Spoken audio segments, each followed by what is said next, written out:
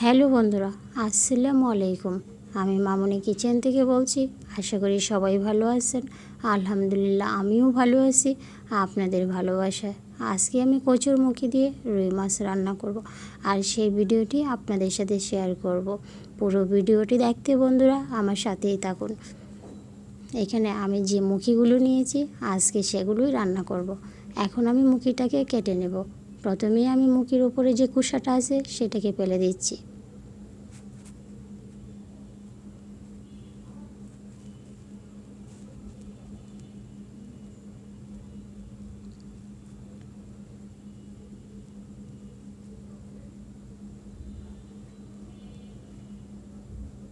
এখন আমি মুখিটাকে 4 ভাগ করে কেটে নেব।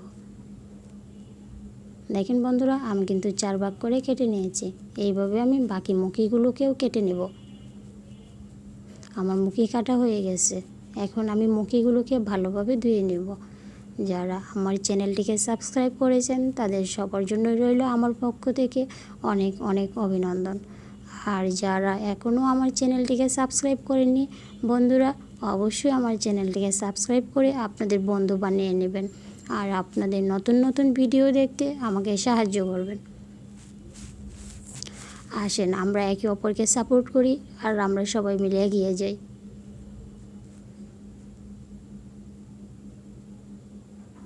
কাছে এবং দূরে যে যেখান থেকে এই ভিডিওটি দেখবেন সবার কাছে আমার একটাই অনুরোধ, পুরো ভিডিওটি দেখবেন, তারপরে লাইক ও কমেন্ট করতে একদম ভুলবেন না।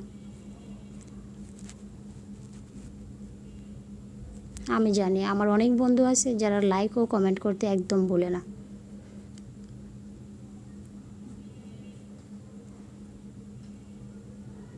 আমার মুখিগুলো কিন্তু ধোয়া হয়ে গেছে বন্ধুরা, দেখেন আমি কত সুন্দর করে ধুয়ে নিয়েছি। এদিকে আমি চুলার মধ্যে কড়াই বসিয়ে দিয়েছি। এবার আমি দিয়ে দিলাম সয়াবিন তেল, যেটা আমি রেগুলার ইউজ করি।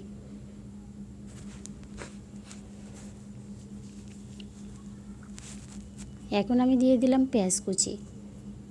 পেঁয়াজটাকে আমি ভালোভাবে ভেজে নেব।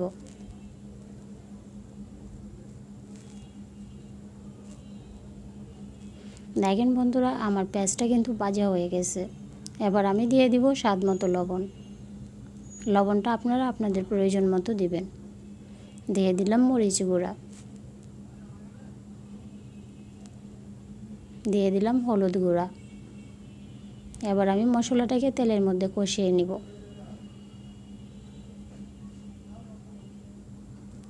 দেখেন বন্ধুরা, আমার মশলাটা কিন্তু কষানো হয়ে গেছে। এবার আমি দিয়ে দিব কাঁচামরিচ কাটা।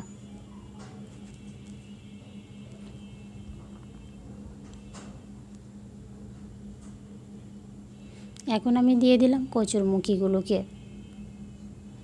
এবার আমি মুখিগুলোকে ভালোভাবে মশলার সাথে মিশিয়ে নেব।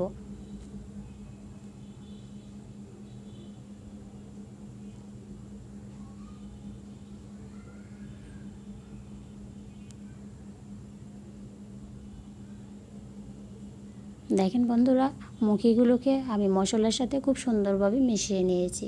এবার আমি ঢাকনা দিয়ে ঢেকে দিব 5 মিনিটের জন্য।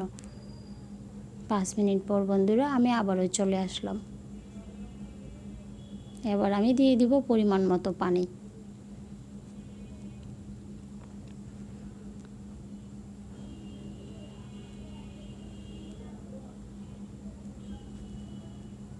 এবার আমি ঢাকনা দিয়ে ঢেকে দিব আরও 10 মিনিটের জন্য।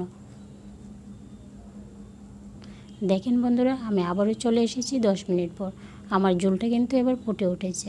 এবার আমি দিয়ে দিব মাছ ভাজাগুলোকে। মাছগুলোকে আমি আগেই ভেজে রেখেছিলাম।